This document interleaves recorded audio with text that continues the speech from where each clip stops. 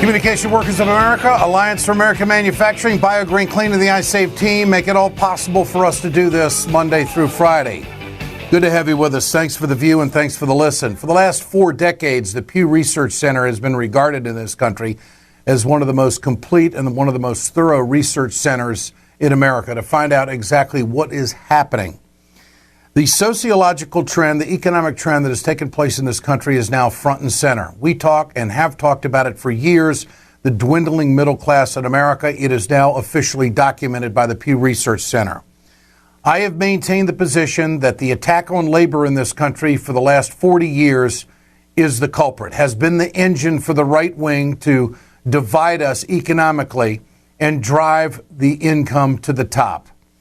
The union busting that's taken place, the attack on voices in the workplace, the effort to destroy the National Labor Relations Board. I mean, it is a litany of things that the right wing has done, the conservative movement has done to depress wages in this country, all the way to the point where they have greased the skids for companies to outsource jobs overseas, destroy our manufacturing sector and other sectors in our economy, and allow Wall Street to run amok over wage earners in this country, and, oh, by the way, park their money offshore so they don't pay their fair share in the United States Treasury.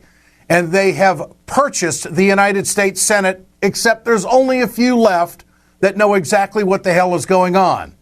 There's Bernie Sanders, there's Sherrod Brown, there's Elizabeth Warren, and there might be a few others. But those 3 senators, Ted Kennedy-like, have talked about this for years. And now here we are. Here are the numbers. The Pew Research Center's report says that 120 million Americans are in the middle class. 121.3 million are in the lower and upper income households in this country. So the middle class is no longer the majority in this country. And a lot of it has to do with the attack on labor. The income bracket increased 25 to 29%. The high income earners in this country since 1971 has gone up 4 percentage points. We have not seen any kind of movement like that in the middle class in this country. So we have to decide if disposable income and educational goals can be reached by families as we continue to split up economically Americans in the workplace. The only thing that's going to save this country is collective bargaining and voices in the workplace, and yet we are facing, in some 26 plus states, I believe, right-to-work legislation that would destroy workers' rights in the workplace. And if you look at the statistics, you will clearly see that right-to-work states underperform for the middle class in this country wherever there is a right-to-work state. No one can speak to this better than Leo Gerard, who is the President of International Steelworkers. Mr. Gerard, good to have you back with us. Good to be on the show with you, Ed. These numbers from the Pew Research Center pretty much document everything you've talked about and the aforementioned people in this piece, that there is no doubt that this is happening in America. Why and what reverses it? Well, I think that the most important piece to reversing it, or the 2 most important pieces to reversing it, are, first of all, strengthening the workers' ability to join unions and do collective bargaining. Collective bargaining is really the most efficient process for people to sit down, discuss and negotiate and come to terms with the wealth that's being created or the services that are being provided in an efficient and factual way. And in fact, there is a lot of research, some of it done from years past by the Pew Research Foundation, that shows that collective bargaining is the most efficient way to manage a workplace, because unions, or workplaces with unions, have higher productivity levels. So that's been an ongoing known fact now for a generation. Then what we need to do is repatriate all the jobs that have been given away to corporate America, and given corporate America the ability to drop their plants wherever they have the least obligation to decent wages and working conditions. All we got to do is see what's happened in Mexico, to use that as an example, and what's happening to Mexico in the auto industry and the auto parts industry. Now we have almost as many cars being made in Mexico as are being made in the Midwest of America, and growing. All we have to do now is see what's going on with the TPP. I was reading an article yesterday where Vietnam is projecting 30% increase in their exports, and already because of the potential of TPP, global multinationals are looking at putting facilities into Vietnam where they can then export to America duty-free. Well, advocates such as yourself and other union leaders have really made a statement on the Trans-Pacific Partnership to the point now that Senate Majority Leader Mitch McConnell is quoted in The Hill today saying that it might not happen during Obama's watch, that it may get kicked to the next administration, that it's not going to happen this year. And that was the first thing that McConnell said after the midterms. He said we can find common ground with the president on trade. That was one of the first things he talked about the day after the midterm elections.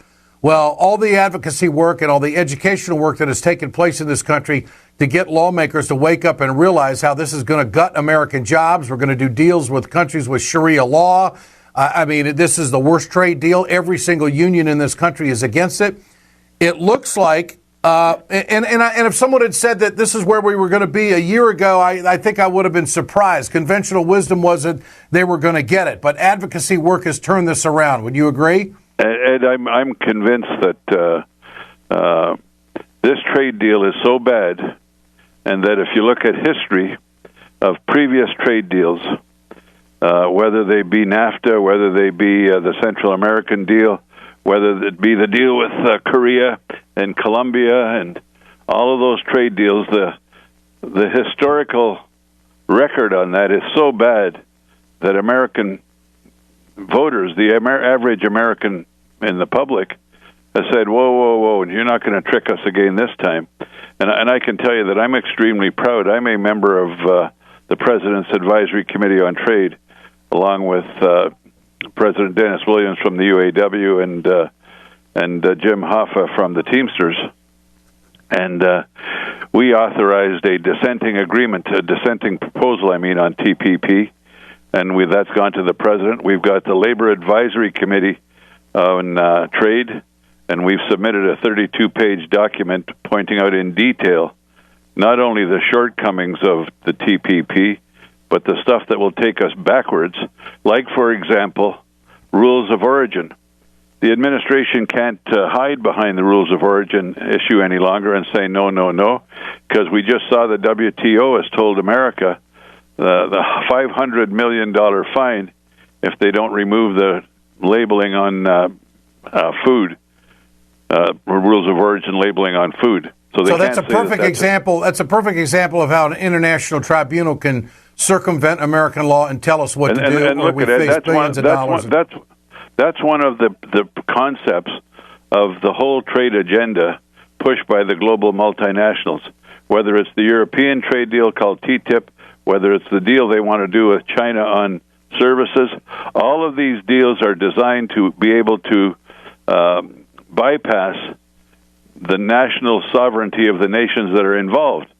So you don't get to take a trade case to the Congress or to the USTR. You've got to take it to the WTO, and if the party that claims they were injured wants, they can sue the country. Yeah. So you got an example in Australia where the tobacco industry is suing the Australian government for lost profits because the Australian government wants to put on the outside of a cigarette package the danger to your health. And that's exactly what Mitch McConnell is telling the White House right now. You got to back off on tobacco.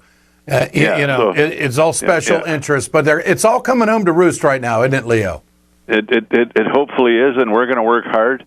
And the fact is that the documents that we've provided, whether it's our dissenting document on the TPP from the President's Advisory Committee, whether it's our LAC, Labor Advisory Committee on the Trade, sent out, what we do is we document in factual detail why this is wrong. And look at the rules of origin on auto and auto parts. And people are can easily get confused.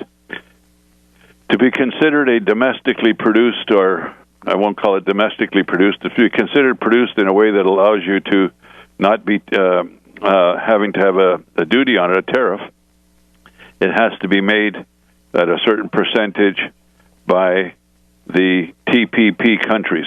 Mm-hmm. So now we'll say that in auto parts, it's somewhere between 35% and 45%, depending on which parts of the auto parts. Well, let me put it this way. If it's 45% from TPP countries, that means part of that 45% could come from Singapore. I mean, it could come from Malaysia. It could come from Brunei, where there's Sharia law.